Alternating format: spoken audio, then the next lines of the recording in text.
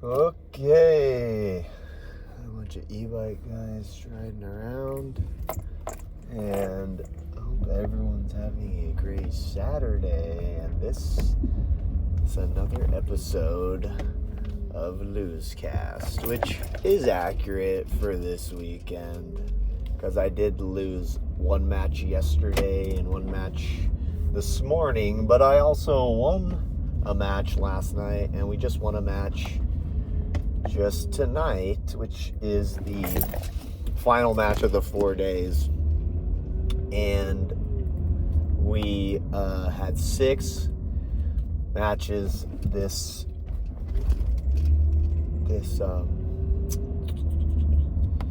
we had 6 matches this week.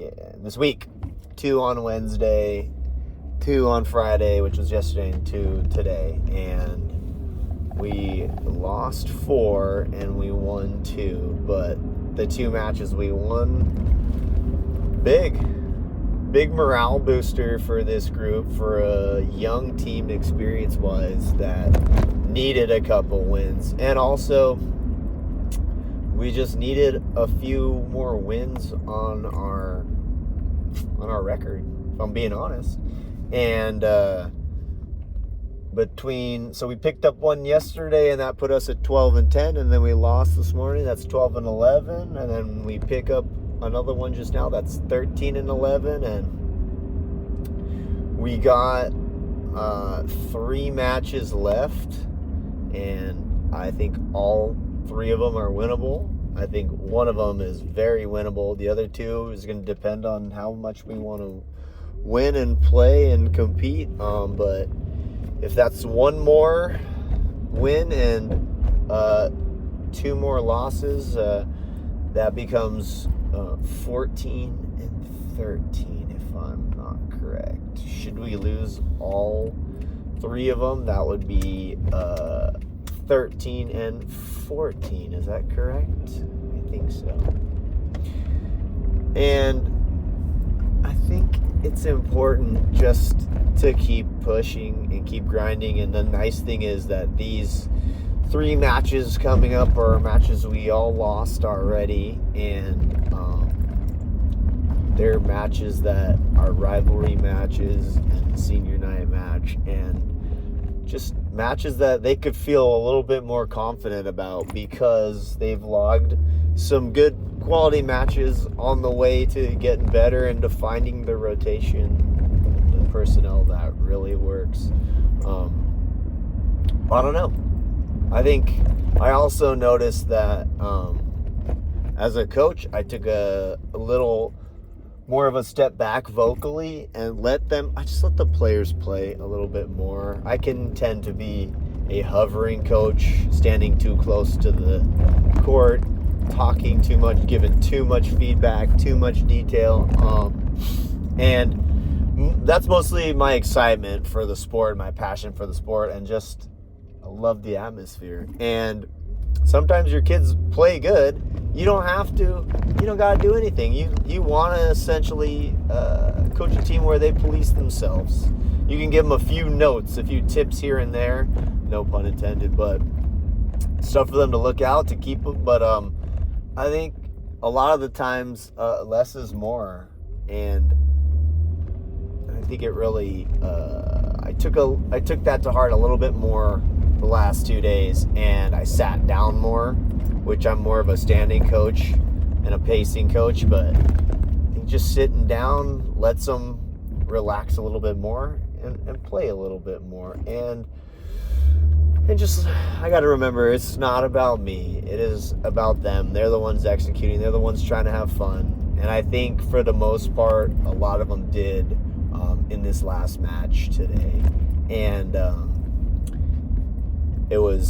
it's already pretty late. It's like 7:15 right now. I think our match ended 30 minutes ago, but there was a chance the other team was driving to send it to a 5th, and the other teams that were waiting around our court started cheering and chanting and clapping, and the atmosphere at 22-22 was incredible. And we picked a ball up and a new one of my varsity players that is getting his first couple days of significant time ripped a ball between the block, and it hit the block and dropped, and probably 65 people yelled and screamed in elation, and he celebrated, and his knees and hands were fisted up, and you could tell it was one of the coolest moments of sporting events he's ever had. And I mean, that's why we do it, because it's fun. But also, like, can you facilitate a team and a program that goes for that mentality all the time? That's what we're looking for. That's what we're trying to facilitate. And that's not the case all the time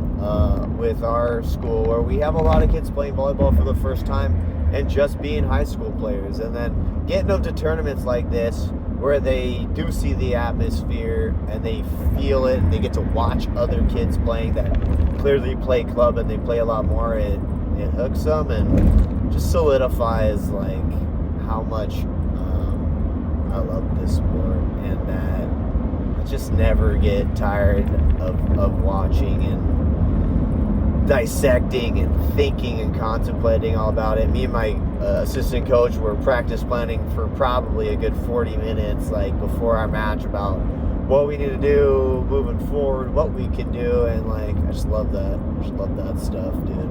Love that stuff. So yeah, we lost to the first team we lost. We got swept, and they were just better than us. If you ask me, we could they have been beaten, and can good teams get beat all the time? They sure can, but we were not at that level. And then they started talking shit to us across the net, through the net, and that is not something that we're equipped to deal with, because they cannot help themselves. They're teenagers, and they don't have the capacity to ignore it. They'll talk shit back, but we don't have the ability to back it up with lack of experience. Or I haven't seen it yet, but I know we don't. There's a kid that's in 10th grade. He's already committed to a D-run program, so he's got the confidence, and he's probably got the years under his legs. He's probably been playing club for 3 or 4 years. That's someone that's been started early, but hey, it is what it is. And when you have that type of confidence and that type of experience, you get to be an asshole if you want to.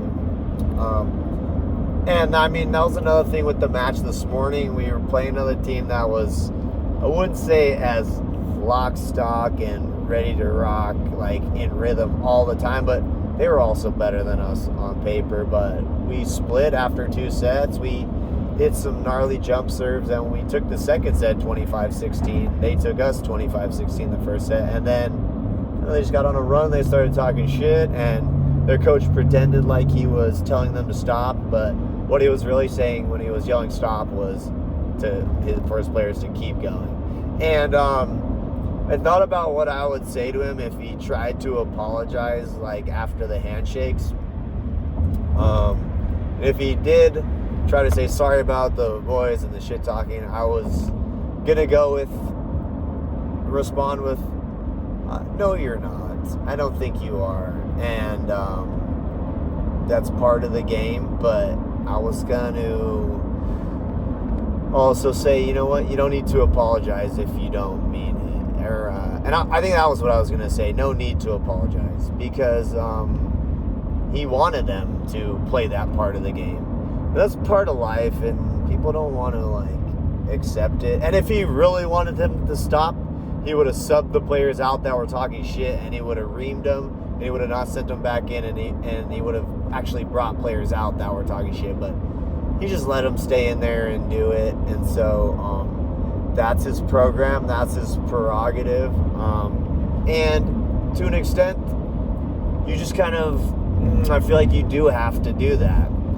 I think you got to let them just give them their own rope, but I don't think he needed to make that big announcement in front of so everyone could hear that he was saying stop, which is, you know, all the parents are seeing and hearing that, but they're not stopping, and he's not subbing anybody else, so clearly it's totally okay with him. So, but we went through handshake lines, and all he said was good game, and I was also not surprised that he said that. So you could be a coach where you're calculated and you're doing all of it. You're asking your kid to untie his shoe.